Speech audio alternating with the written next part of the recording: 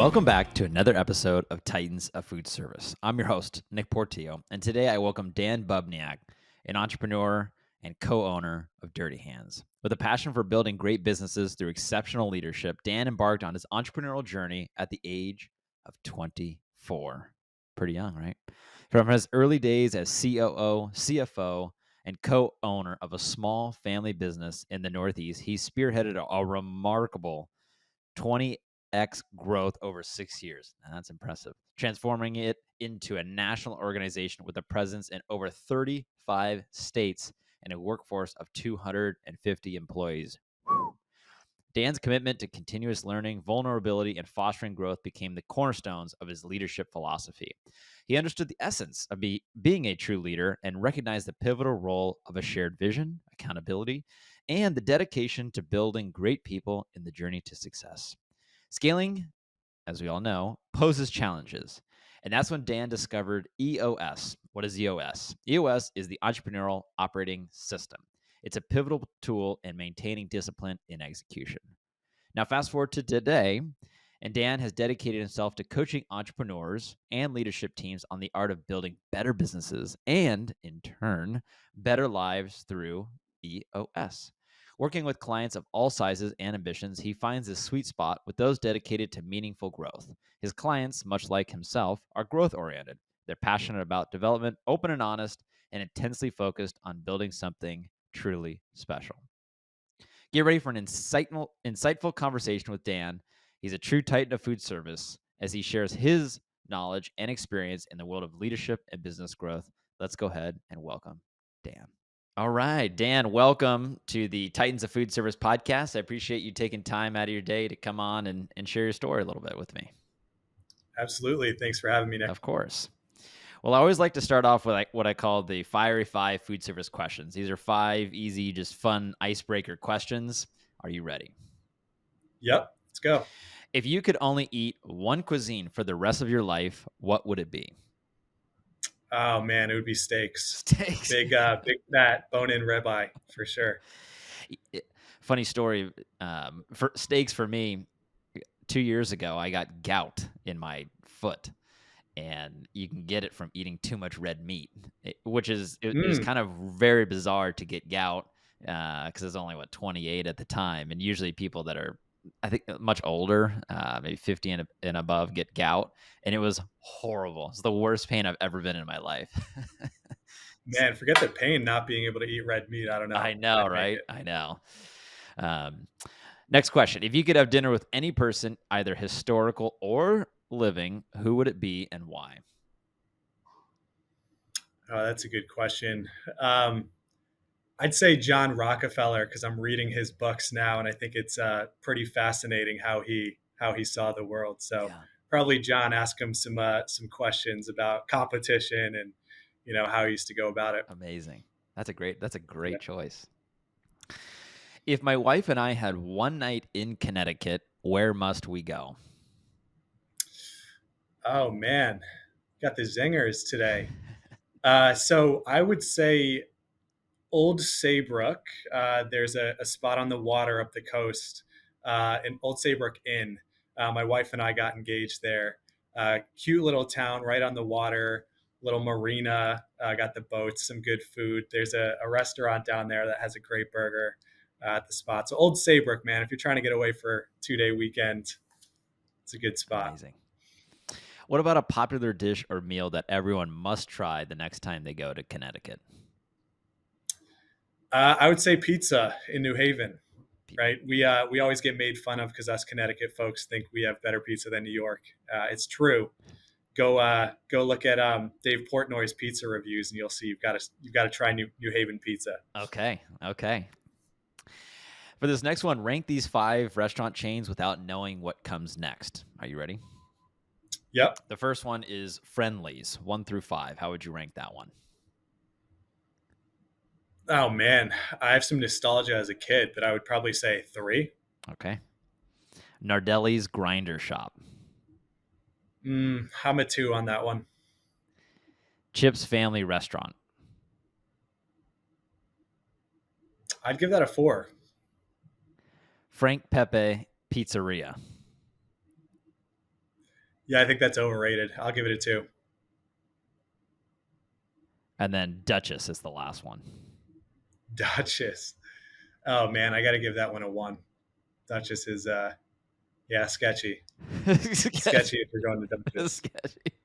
So I've got it as Duchess, Nardelli's, Frank Pepe, Friendlies, and Chips. Yeah. Amazing. Thank you. So Dan, maybe a little background on yourself. Who are you? What is your business? Let's start there. Sure. So yeah, I started my career in public accounting. Got my CPA right out of college. Spent about 4 years working at Deloitte in Stamford, Connecticut, and New York City on kind of large private equity and corporations. I really liked it. I had a ton of great mentors, partners that invested in me. But I learned over the years that I didn't want to be a tax accountant for the rest of my life. And so, actually, funny enough, a company called Dirty Hands, a friend of mine and his family started the business, and I used to give some financial advice. Just my friend was looking for some advice as they were growing, and they offered me a job about 7 years ago to come on as their CFO. Small business at the time.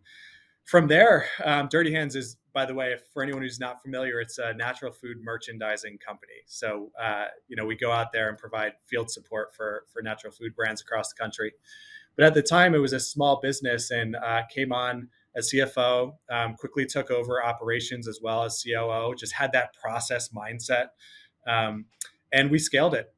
About over the past 7 years, I spent my time kind of getting into the weeds of growing leadership teams, building out infrastructure, developing new services, building out a financial infrastructure. And we grew it, across the country to a couple thousand stores, in 40 states, and became the largest merchandising company over the past 6, 7 years. So, yeah, I mean, what I do best is really take ideas and make them real. Right. I spent a lot of time taking these concepts and saying, how would we put people around that? How much would that cost us? What would we need to price a service to make this profitable and make this scalable? And so that was my area of expertise.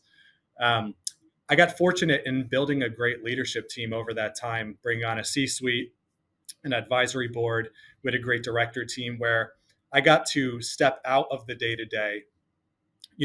What's funny about growing a business is your business change, and you change dramatically within your business as it scales. And so I loved getting into the weeds and solving problems and getting out into the field and going into grocery stores, and doing the work. And as we got bigger and we surrounded ourselves with a lot of experience and talent, I started to like the job less because I was more of a role player than I was a problem solver in the weeds. And so I chose to step out of the day to day and start my new journey, which is as an EOS implementer today. So shout out to the vest here, which I've been doing for about 6 months. So I still sit on the board of Dirty Hands. I solve strategic level problems, but now I'm in the day in EOS. I help business owners really effectively move people. Right, as business owners grow and they try to reach scale, the two issues that really hold them back is first is, are they willing to change, Mm. right? Because where you are at 10 people to where you are at 50 people, you have to change the way that you're doing business. And so I help people understand when they've hit the ceiling and trying to figure out how do they get through that into the next level. I help them figure out what change is necessary. And the second thing with EOS is getting a business to a high level, and scaling a business is all about moving people in the same direction with accountability and discipline. And so, what I do as an implementer in EOS is introduce the tools and processes and disciplines to help leadership teams move people in the same direction with accountability and discipline. So, that's what I'm doing today. Amazing. I think for a lot of entrepreneurs, a little background on myself is my dad and I, we're also in a family-owned business. Him and I, we started our company back in 2015. So almost 9 years, 9 years ago Yeah. at this point, which has been it's been an incredible journey for sure. And as we talked off camera, we're part of EO Entrepreneurial Organization, which is a great organization for any entrepreneur out there to connect and network and meet other people who are going through similar life experiences as you are, owning and running your own business. And you touched on, you viewed yourself within the Dirty Hands company and said, it's time for me to take a step back and start a new journey. How did you structure the business so that you could say, I can get out? Sure. out of the day to day. I think, yeah, yeah. And this is what I do for companies today. I think the hard thing about growing a business is you're so in the weeds that it's hard to imagine what the business could look like if you stopped looking at names and seats and you stopped looking at where you are today. A lot of the times when we grow businesses and we scale, the structure that got us, let's say, to 1 million to 5 million might stay the same, but to get to 5 million to 10 million might need to be different. Mm. But it's hard as a leader to reimagine that structure because there are people involved in your business. It's emotional, right? What I do and what I did for Dirty Hands was you have to almost you have to start from zero, right? You need to look at where your business is today, but more importantly, where are you going in the next 12 to 24 months with a blank slate? And when you do that, you can reimagine the structure of your business. So simply put, if I said I want to grow 20% in the next 12 months or 50% or 200%, what would the business need to look like to get me there? What would be the right seats on the bus? What functions would I need? And what functions would need to be strong? Then once I understand what functions exist, what does each of those functions actually have to deliver to my business? And so you're reimagining the structure looking forward. What does this need to look like? And often when you do that, you realize that maybe the role that you're in today isn't the right role to be in for the next 24 months, right? And but you only get to that conclusion by being objective and looking forward without any of that ego and emotion involved of what does my business look like today or what did it look like in the past. Mm. So for Dirty Hands, we got to a point where, me in the CFO seat, I had brought on a director of finance. She had a team beneath her of a couple of positions, and the finance department was humming. Right? They didn't need me involved. And so when I reimagined the structure of the business, it really came down to is this structure necessary for where we're going in the next 24 months? And I saw my position as a role player not necessarily being vital anymore at the point in time because we had such a strong foundation and team behind me who were able to make the decisions and had the accountability and discipline to make their own decisions. That's very profound. I mean, that is hard to do. So you're essentially saying you start with the end or the goal in mind and then work backwards from there. Sure, exactly. Got it. So tell me more about this EOS system. What does it look like when you come work with an entrepreneur? What does that engagement look like? Maybe some details around that. Sure. So when we're working with companies, we're really trying to do three things. We're trying to get them strong at three things. The first is getting clear around vision, right? And so vision means that everyone in the business is 100% aligned in where the company is going, both short and long term. Most leadership teams, when they come into my office, I'll ask them point blank, and the whole leadership team, I'll say, how aligned are you to a plan? And I often get, question marks, right? We don't have a plan, or everyone has a different version of their own plan, right? The problem with that is when there is not one clear plan, then again, everyone creates their own version of what the future should look like. And when everybody on the leadership team has a different vision for the future, they start like subconsciously rowing against each other. So it creates unnecessary friction. So the first thing we're doing is getting them clear on what is the one version of the future. Where are we going and how are we going to get there? The second is called traction. We want to get people strong with traction in their business. Having a vision isn't enough if there isn't that accountability and discipline in the day to day to keep people focused, accountable, and disciplined to making that vision real, right? So that's the second thing. The third thing that we do is then create healthy leadership teams. Because once you got a vision, once you have accountability and discipline, what tends to happen when you put a bunch of high performers in the same room together, people there's egos and opinions, right? Like high performers, they are very egotistical, so they don't just work well together. You're more likely to get somebody choke slamming somebody when you put high performers in a room than getting to consensus. And so what I'm trying to do with EOS and the frameworks that we put in place help leadership teams become more healthy when it comes to giving feedback, being open and honest, getting through issues, right? Actually solving core issues rather than getting those opinions and egos in place.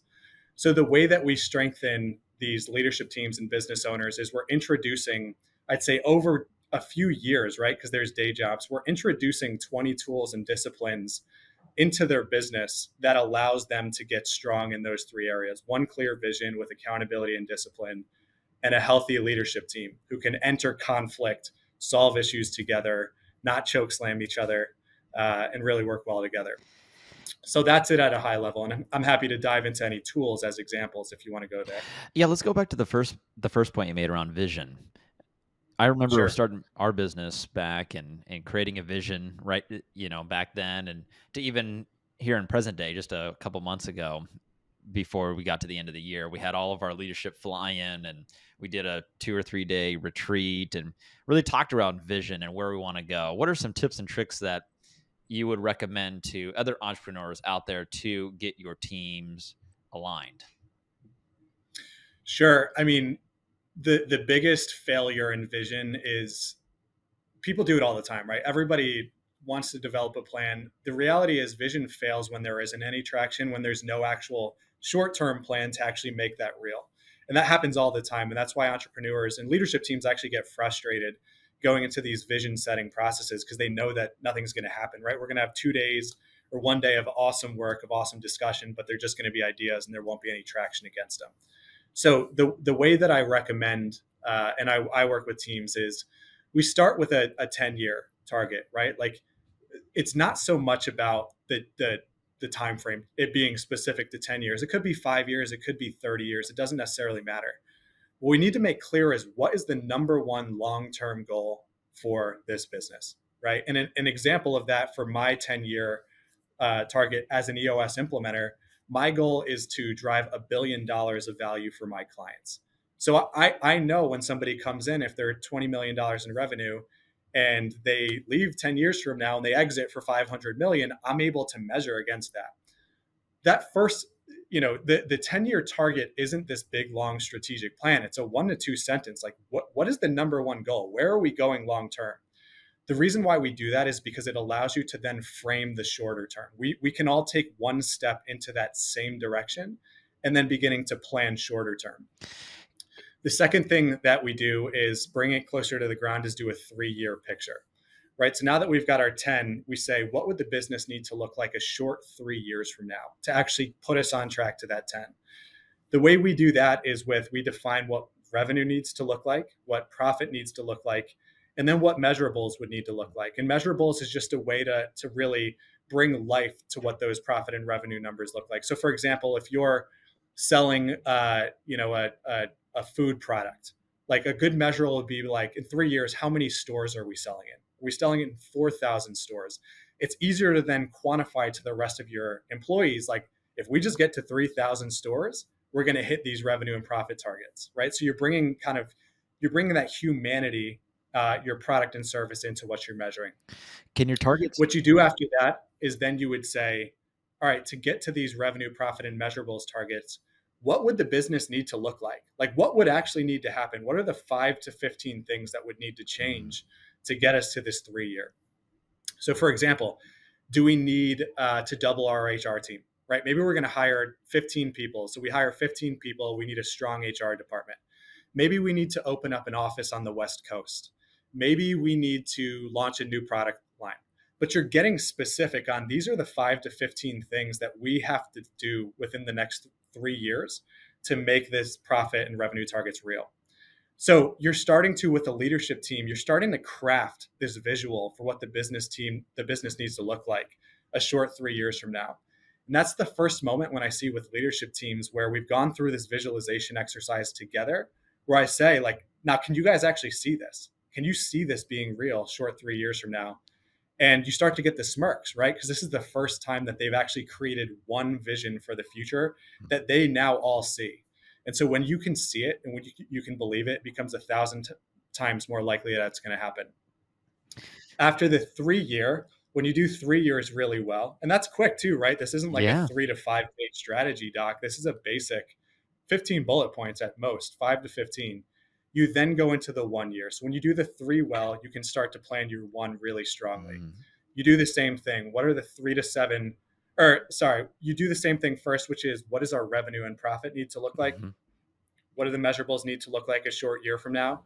And then after that, you're saying, what are the 3 to 7 most important things that the company has to accomplish in the next 12 months? It's 3 to 7, not 27, because when you're trying to do everything, you do nothing. Mm-hmm. I I see companies fail so often because they get shiny object syndrome. They can't get any one or two big things done because they're trying to do too much. So we simply say, looking at that 10-year, looking at that 3-year, what are the 3 to 7 most important things we have to accomplish in the next 12 months? We prioritize those things. And then to bring it even closer, we go, all right, now what do we have to get done in the next 90 days? So we'll set a revenue target, a profit target, measurables target, and then we'll say, what are the 3 to 7 most important things in the next 90 days? We'll do that for the company. And then for each leader sitting in the room, we do that for them too. What are the 3 to 7 things they have to accomplish to make this real for the company? And so you could think, Nick, what I said in the beginning is most companies just do like the 10 and the 3, where it's like, this is this vision, but they forget to inject the accountability, discipline, and focus with that 1 and that 90. Mm-hmm. We're taking that 10 and the 3, and then we're imposing the focus and accountability and discipline by setting that 3 to 7 most important things for the year, and then giving each leader a focus that you have to accomplish these 3 to 7 things in the next 90 days to make that real. So that's how we do strategic planning. That's how we create traction on a vision. And people love it, right? Because leaders finally, it raises the bar for Oh everybody. yeah. Everybody is accountable to stay focused and to knock down big things. And so it's just a great way, again, to start to inject that accountability and discipline. Can the 10-year target or the 3-year target, can it be just purely a revenue goal? Let's say I'm making 10 million in annual revenue today and I want to go to 50 million. Can that be the actual Sure. goal itself? Yes. Yeah, I can. I see that a lot is that becomes the 10-year as, a brand might be at 10 million today. They want to get to 100 million in revenue. That becomes their 10-year target. So it can be a revenue target. And what's the best way for entrepreneurs to be able to track all of this? It's one thing to create the plan, but how do you track it? Yeah. So optimally, if you're setting kind of a 90-day target, right? So you set a 90-day revenue target, a 90-day profit target. What you need to then start to do is develop a quarterly cadence of meeting, right? So you want to have quarterly, hopefully off-site meetings where you're pulling the leadership team away from the day-to-day, getting them out of the weeds, and you're assessing how you did against those targets, right? So that's what we do. We pull the leadership team away, we measure, look at our financials. Hey, we said we were going to hit this revenue and profit a quarter from now. How did we do? We'll assess it, and then we'll set the next quarter.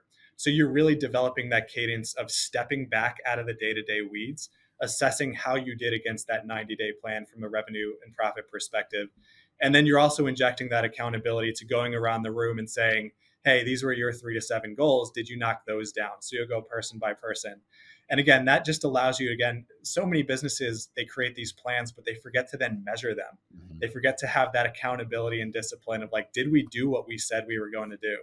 And so creating that quarterly offsite cadence allows you to really reflect and then set the plan for the next quarter. So you're constantly iterating, developing a 90-day world within your business. How do leaders take these meetings? Let's say a company started with zero. They don't meet at all, because I'm sure you run into Yeah. those types of companies all the time.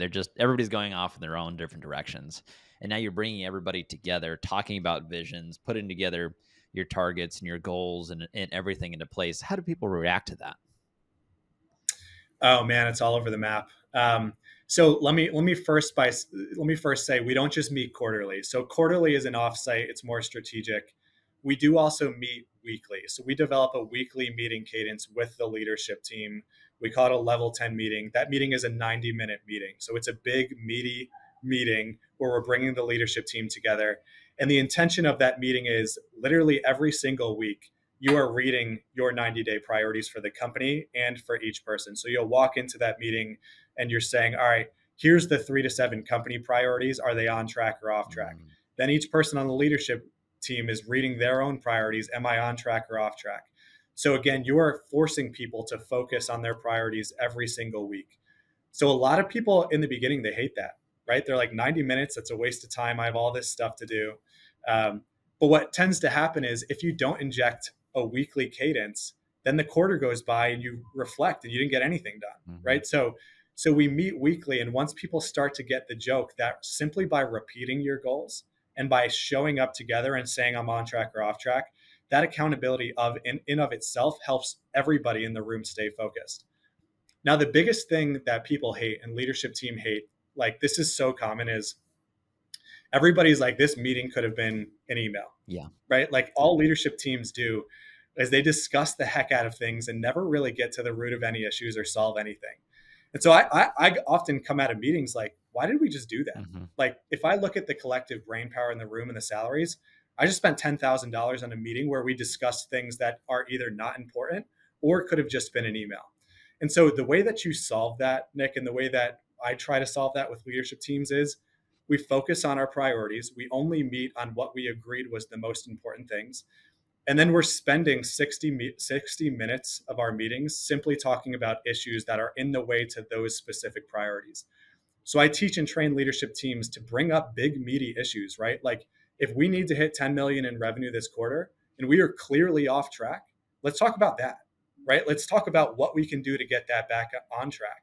What's the root of the issue, right? Like, a lot of times leadership teams will put sales is off track. Like that's the issue they're discussing.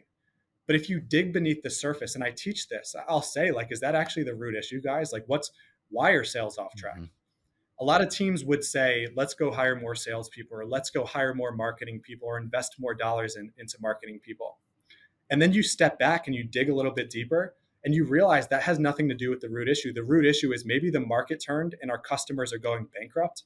That's a very different issue to solve than our revenues off track, where you were first going to hire all these salespeople. That wouldn't have changed the fact that your customers are going bankrupt. So maybe we needed to be actually solving the fact that we need a new product offering, or we need to find a way to maybe reprice our products.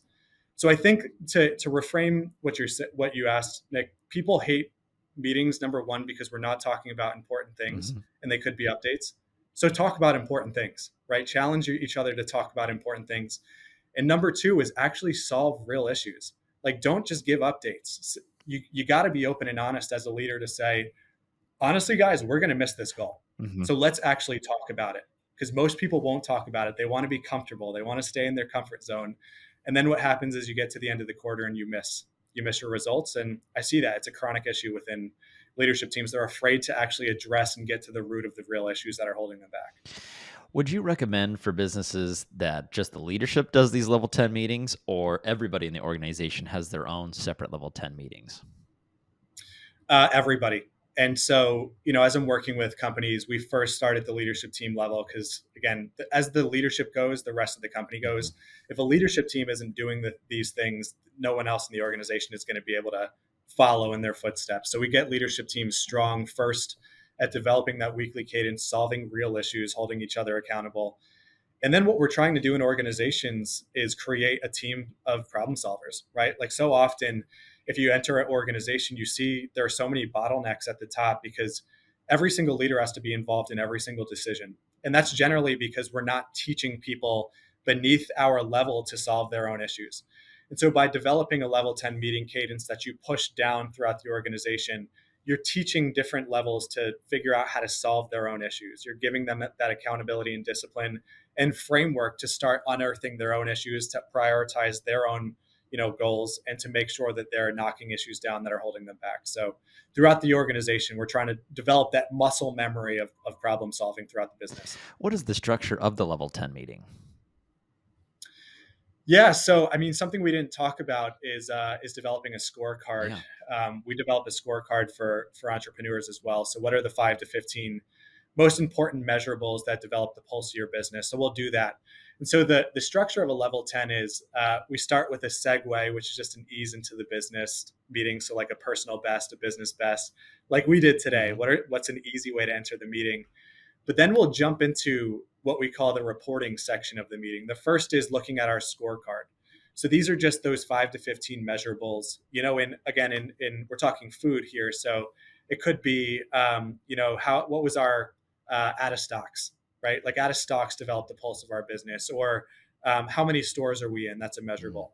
But we're saying what are the 5 to 15 things that develop the pulse of the business? So we look at our scorecard, 5 minutes. Are these measurables on track or off track? If it's off track, we drop it down to the issues list, which I'll get to in a second. We then go to our rocks. So we read the company rocks Hmm. and we say on track or off track.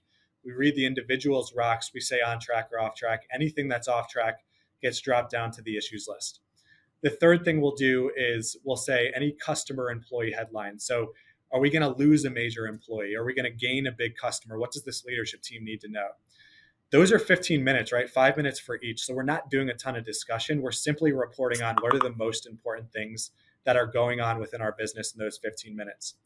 And we've built our issues list full of things that are going to hold us back. We're off track on these priorities, or we're off track on these measurables.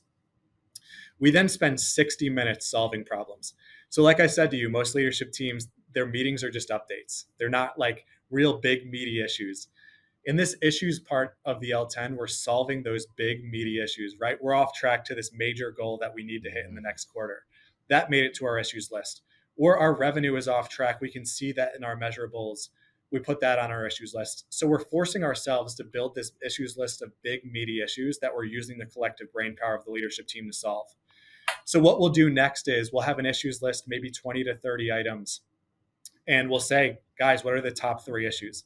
We don't want to solve the first thing on the list because it could be like, the coffee machine's broken. And that's not actually a big real issue that we need to waste everybody's time on. So we'll say, what are the top 3 issues on this list? And we start with number 1.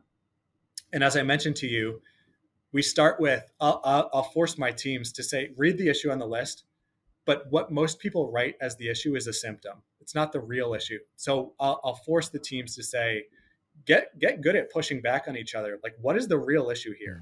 Is it that revenue's off track, or is it is there something beneath the surface? Has the industry changed? Has the pricing changed, right? Has the market changed? What is the real issue here? We get to the root of the issue, then we start discussing it, and then we solve it, which means it's either a decision or it's a 7-day to do, right?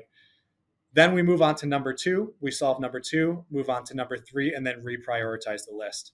So we go 60 minutes of identifying, discussing, and then solving issues. Either solving being we knock it down by a decision or a to-do that's assigned a person and has a 7-day time frame. So that's the cadence of the meeting. We go through 60 minutes. You start to see leaders are actually starting to solve big meaty issues every single week, which means they actually enjoy coming up to meetings, which is a big shock over time. Where people used to hate meetings, they start liking it because we're actually solving issues together using the collective brain power in the room. So that's the cadence of the L10. We conclude 5 minutes. We rate the meeting 1 through 10. If it's not a 10, how could it be better? That helps us as leaders get better the next meeting and iterate as we go. That's the framework. Wow. If someone wants to work with you, do you only work with people in the Northeast, or you cover the whole country? Whole country. Most of my clients, I do like to be on site because a lot of what we're doing is, I'm a teacher and facilitator. So I'm teaching the EOS tools and facilitating these conversations, getting to the vision, getting to the goals. But then my job is a coach as well. That's the third role, which is to really push people out of their comfort zone. You got the tools, you see the answers. A lot of the times people don't make the right decisions because they just need a little bit of pushing. So that's my job. It's harder to do that offsite. It's harder to do that over a screen. I like that, feeling people out, right? Seeing that body language. So I do work with companies everywhere. I generally like when people are in my conference room. So some people will fly in to see me. I have a lot of clients in Connecticut, New York, tri-state area. But anybody across the country, I generally have them come and fly in. But I'm starting to be more open to virtual sessions, which I'm learning the art of that now. And Dan, what's the best way to connect with you? Yeah, email, LinkedIn. You could DM me on LinkedIn. You can call, text me. Number is 203-313-1712. So tossing that out there, even though I might get some creepers, just feel free to give me a call or text. Sounds good. And my email is dan@outpaceenterprises.com. All right. There you have it. Dan, thank you so much for coming on the Tides of Food Service podcast. I really appreciate it. And I learned a heck of a lot here. I got a whole page of notes, so thank you. Absolutely. If you want to talk about it anytime, give me a call. Sounds good, Dan. You got my number. Oh, yeah. Now I do. Thanks, Dan. Cool. Thanks, Nick.